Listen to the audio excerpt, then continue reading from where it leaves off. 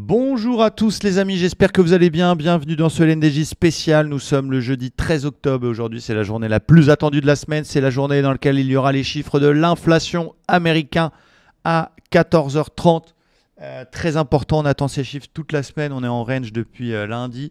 On le voit que tous les indices, tout le forex, tout le monde attend cette news. Donc ne tradez pas d'ici la stat, ne jouez pas la stat non plus.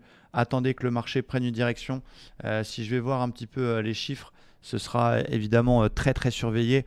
L'inflation américaine publiée à 14h30. Alors il y a deux scénarios où l'inflation a atteint un pic et du coup elle baisse un petit peu, ce qui serait plutôt une bonne nouvelle pour le marché parce que ça veut dire que la Fed sera peut-être moins agressive et donc ça va être haussier pour le marché. Soit l'inflation est neutre, donc c'est-à-dire identique au consensus ou supérieur, et là c'est une mauvaise nouvelle pour le marché parce que ça veut dire que la Fed va être vénère, très agressive, et du coup c'est plutôt baissier. Donc ça ne veut pas dire qu'il faut jouer la stat, hein, bien sûr, ma petite explication, je vulgarise, mais voilà un petit peu les scénarios. En attendant, le DAX, il est sur les 61,8 de toute la vague de hausse précédente.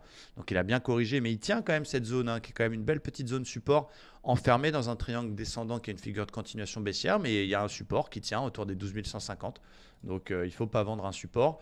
On est dans un range bloqué entre 12 150 et 12 300. Ça ne bouge pas, ça fait ping-pong.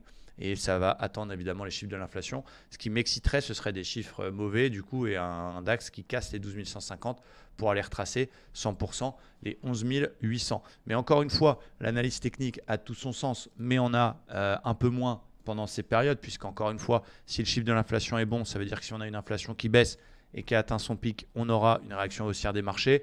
Donc voilà, attendons que ce chiffre soit présenté.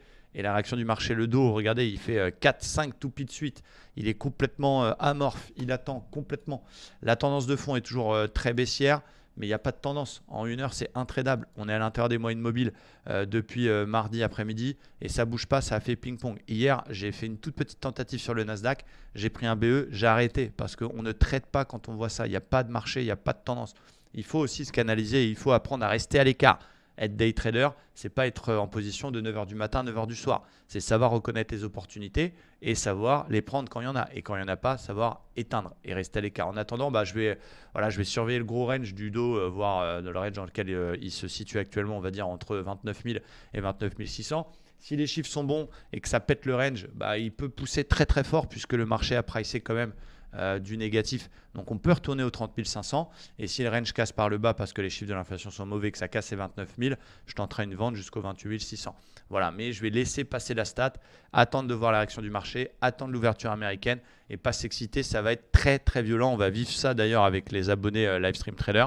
Donc voilà, mon conseil pour aujourd'hui, restez à l'écart, observez ça, observez l'impact sur le marché, attendez qu'il prenne une direction et en fonction du flux, on essaiera de se positionner dedans. Donc, prudence les amis pour aujourd'hui, s'il vous plaît. Merci à tous, très bonne journée de trading et à très vite. Ciao!